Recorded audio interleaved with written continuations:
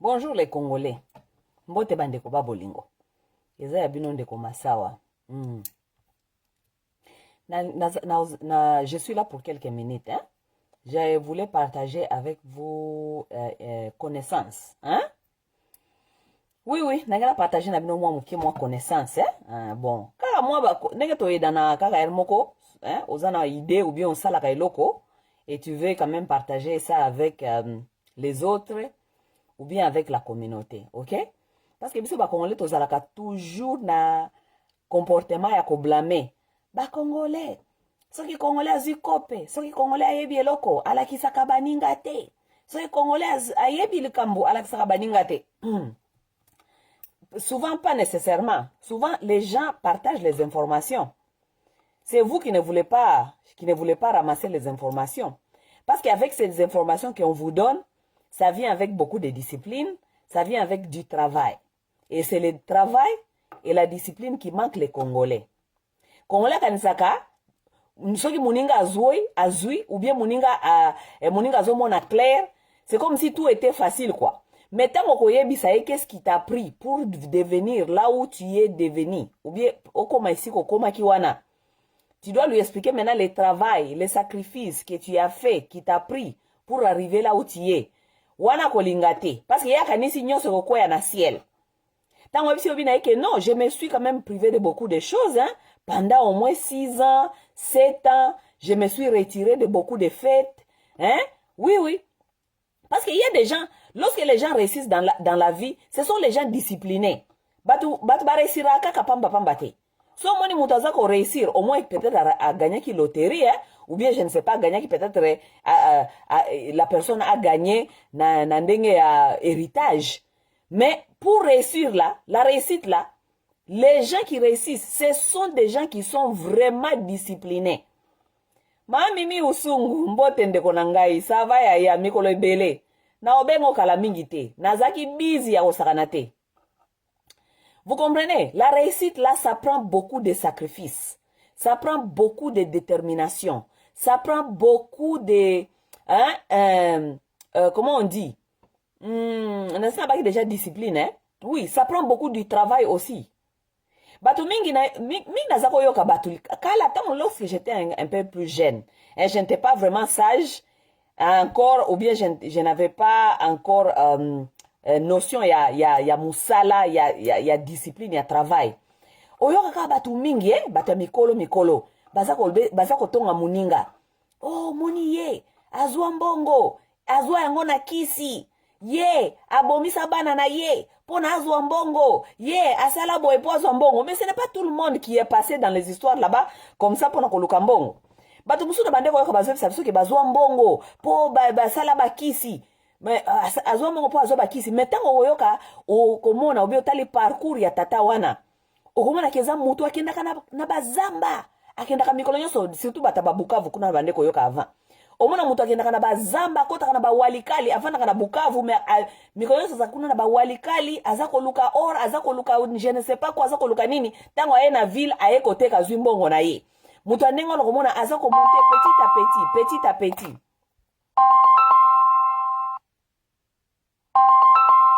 Mes chers amis, vous allez m'excuser.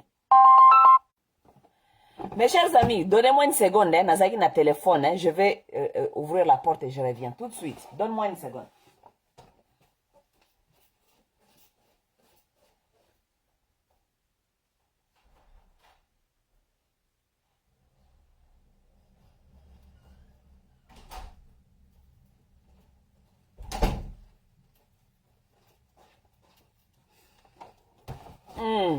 Bon, yokana bisabino. Kala, tant que ba jeune, oyoka batu baza koloba, oh fulani, azwa mbongo, po azana kisi et tout. Mais lorsque j'ai regardé maintenant le parcours de ces gens-là, soi-disant, basimba kisi, je regarde, je me demande, je dis non. Papa wana azalaki kosala. Il travaillait, azakoti ka ba famille na ye, akoti na bazamba, akoti na ba walikale, akeko luka ba saki ya ba fufu, ya ba farine, ayeko kitisango na ba Bukavu, ateki simazongi lisusu kuna petit à petit azako zonga azako teka, azaliko azali kotonga ndako na ye, aza kotonga empire na ye. Lorsque cette personne faisait cela, ba mususu bazaki na bango na ville, baza bango ko enjoy, baza ko sala lokola baza ko mona teke mutu wana kendaka na bazamba kuna ko kende koluka vie, n'est-ce pas? Parce que Congolais ayebaka teke koluka eza musala na sacrifice. Lorsque l'autre monsieur allait dans la forêt, il sacrifiait. Azako sacrifier atiki na no foyer na ye, atiki bana, atiki mwasi, akoti zamba. Ça veut dire il fallait qu'il sacrifice. Sacrifice on faut soit discipline. Ça veut dire il fallait qu'il ait une discipline. Ya koyeba ataku talingi kokota zamba te. Mais loko la vie na ye ezali kuna faut que ndokoluka basaki ya loso, basaki ya farine, basaki ya bafufu, il doit aller dans la forêt pour aller chercher, n'est-ce pas? Wana zaika ka moi exemple pour na pe sabino ko sabino ke pour réussir, ça prend beaucoup de travail, ça prend de détermination, ça prend aussi beaucoup de sacrifices. Mais Congolais alingaka akanisaka nyoso yokoya na se. Oyoka soki Congolais soki kotonga yote ke o réussir aki parce que o simbaki kisi. Tandis que mona ka ndenge osalaka. Akotonga yoke o réussir pour simbaka kisi. Soki eza bongo te akoloba makambo mosusu na ba Congolais bazalaka soki a réussir soki asali boye akolinga te baninga ne baye baninga réussir. Mais non, lorsque tu vas partager l'information avec cette personne, comment est-ce que tu as réussi, qu'est-ce que tu as sacrifié, quel travail tu as mis, okomona ke Congolais akolinga parti wana te, alingi kaka ye pa réussir net yo réussir sans ko passer na kati ya ba challenge oyo passa. Léon a expliqué quelque chose parce que je suis rentré tout de suite là dans Outil Store, ok? Et je vais voulais vous montrer quelque chose que j'ai fait souvent, ouais? Ça peut aider quelqu'un, hein? Ezaka idée. Pour lui que bala ki sarabino te ba partager kana bino ba information te. Na Outil Store, normalement ça na Outil Store, on est ok yo sombi biloko, ozui batike ozui moi ba échange, ba bende ba échange et tout ça hermoko moi ba $1. Ba $2 ezongi ou bien mabende. Qu'est-ce que je fais souvent? Nazalaka na box, ok? Na olakisa sabino box nanga. Omoni box oyo. Eza kilo ya kosakana te parce que mabende nanga nyonso ekotaka awa. Vous comprenez? Eza kilo et puis na kanga ngo na ba tape. Vous voyez ça? Ok. Bope sanga une seconde.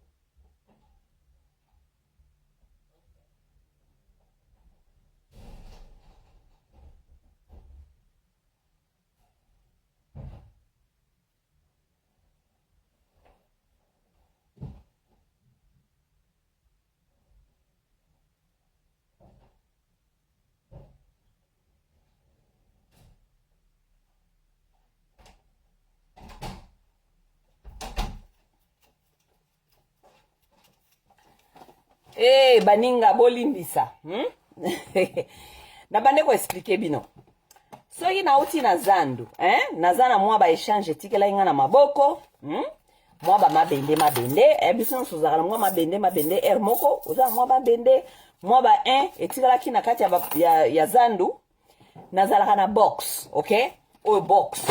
Omoni box oyo. Box oyo nde na bombaka ba mabende na nga nyonso. Et puis box yango ezalaka kofungwama te. Nakanga yango na ba tape. Omoni place nyonso ezali tape. Ça veut dire que ekofungwama lelo te. Et fungwama ti mukolo nga mona kokata ba tape oyo na kati yango. Box ezali very very heavy. Eza very heavy parce que eza na kati boma mike ebele. Vous comprenez? Maintenant j'ai pensé l'autre fois, je me disais ceci.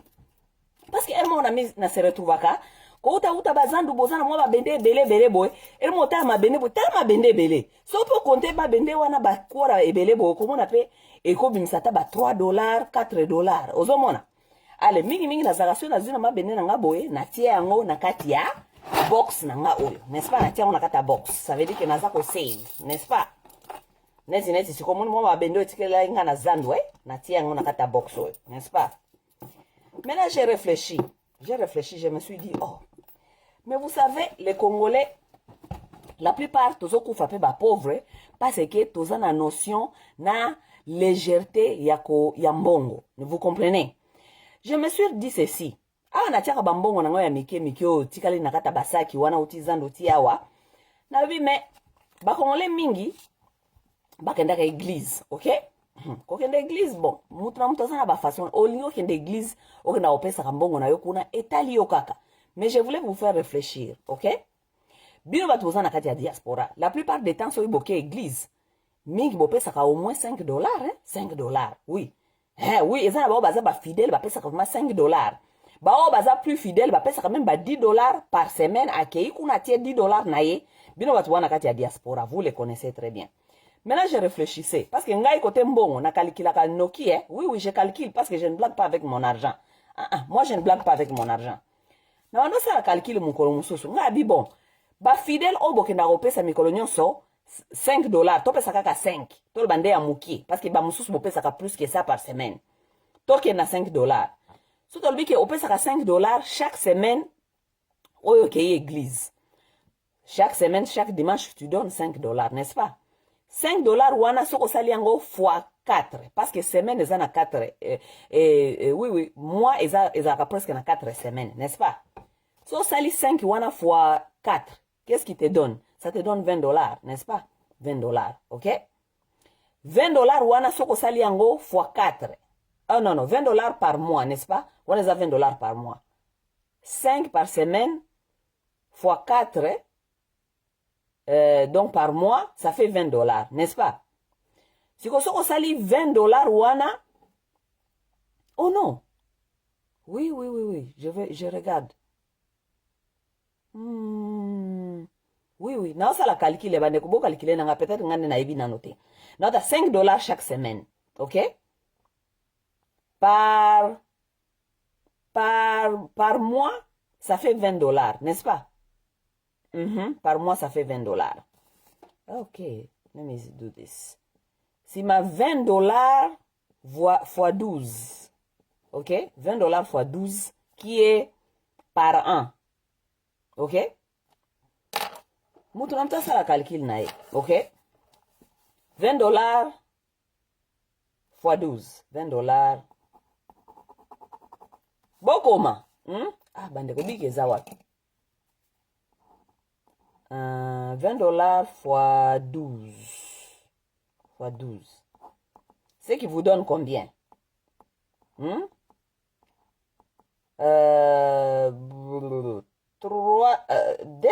Ça vous donne combien?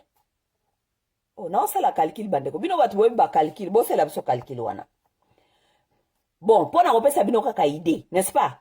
Ce qui obandi ko save mbongo wana par jour, par semaine. Ou le $5 wana okende ko tiango na kati ya église, n'est-ce pas? Na pesa bino exemple, ozana box ya boy. Par exemple, ozana box na yo. Chaque semaine, ozui $5 wana opesa ka na église, otie na box na yo, okanga box wana, otie yango wana. Donc okomi ko sala saving. Mutu na mta sala calcul na ye sikoyo, par mois, par semaine, opesaka combien na église? Sala ngo fois 4, ça veut dire par mois. Sala par mois wana fois 12, ok? Oui. So sali par mois wana fois 12. Ok? Ça veut dire par an.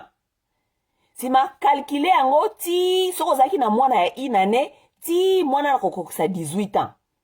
Si tu donnais $5 chaque semaine, ou bien que ozwaka $5 wana mikolo nyonso wana opesaka na église, chaque jour, ok, na église chaque dimanche, tu prends les $5 là, tu mets dans ton box, piggy box, n'est-ce pas? Tu mets ça là-bas.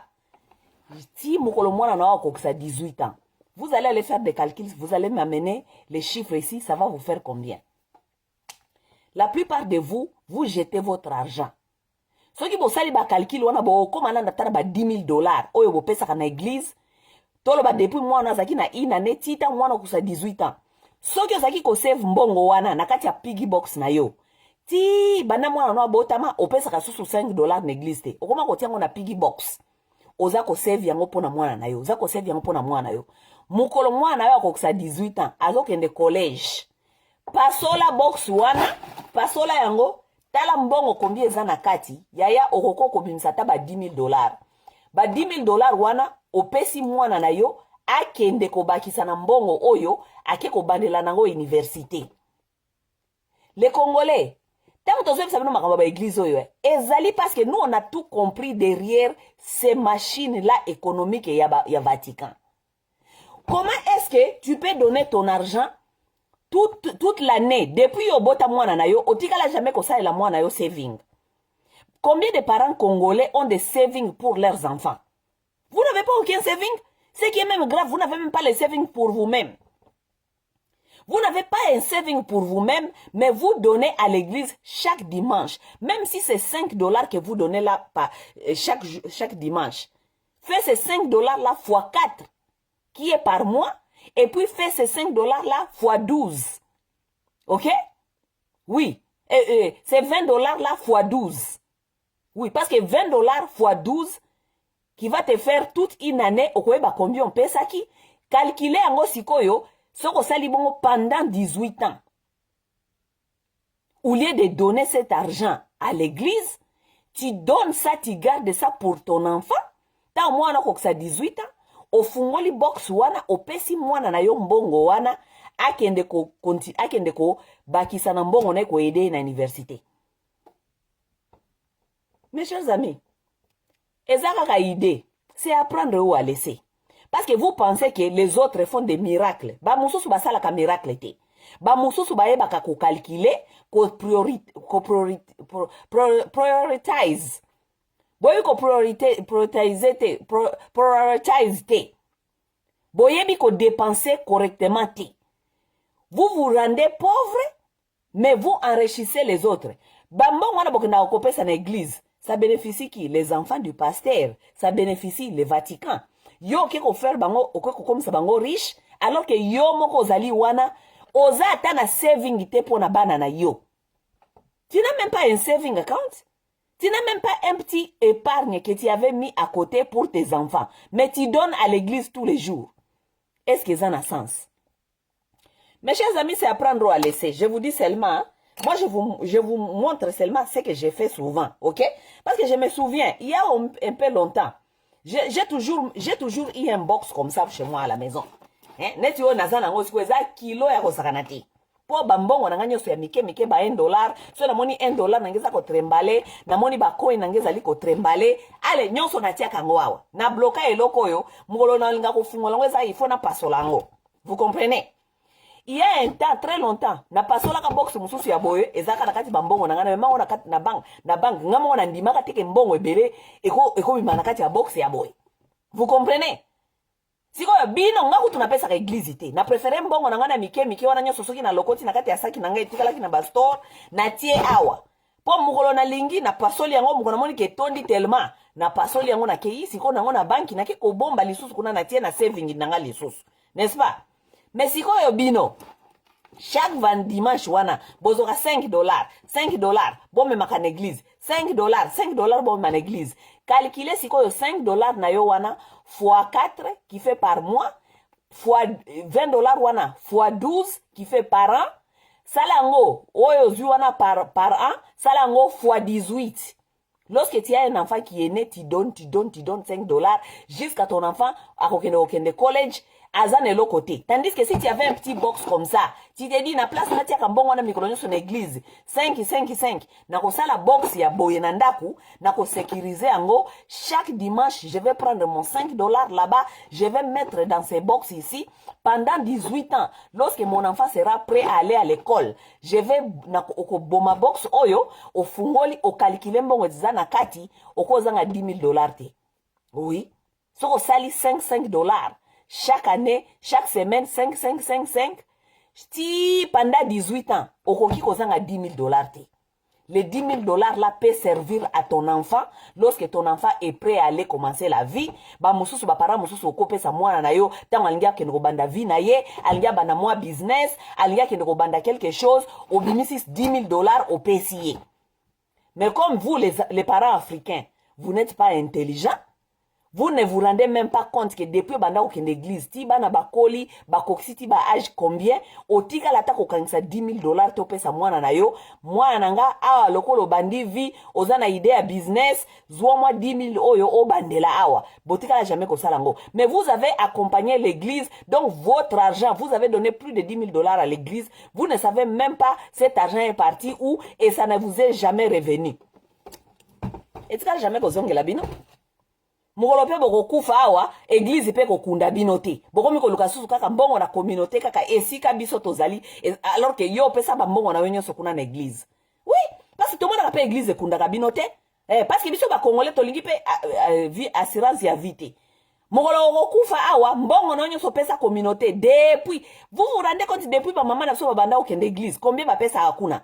So ba bande ko calculer ngo ba bande ko sela biso saving de ba pesa biso ata 10,000 obandi vi boye mama na yo papa na yo apesi yo $10,000 mwana ngo obandi vi lokolo obandi vi zwa $10,000 oyo lokolo komi étudiant obandi vi komi étudiant obando otambusa okende université ozwa na moi petit boulot zwa $10,000 oyo somba ta moi voiture oyo ko banda ko déplacer yo d'un coin à un autre po ye bandenge nini ya kozala flexible.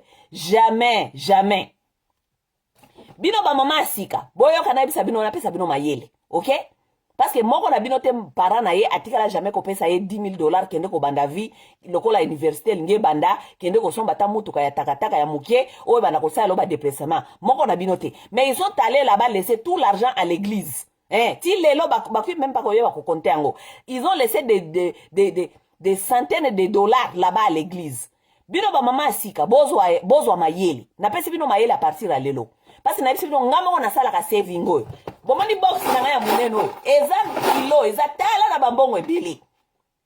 Mukolo na moni na lembi na moni ketondi. Na sina kenda déjà ko fungola box na ngama ko na memango na bank. Je vous dis mbongo na bimisa na kati ngama ko na nimaka teke mbongo ya ndenge oyo ko bima na box oyo. Oyo eza box mususu. Kala mingi te kotonda parce que na bandi komona so na tie mabende ezokota mais so na bandi kotia ba 1 o etika la boye na bandako oyo na komona lokolo komo ozanga espace. Vous comprenez?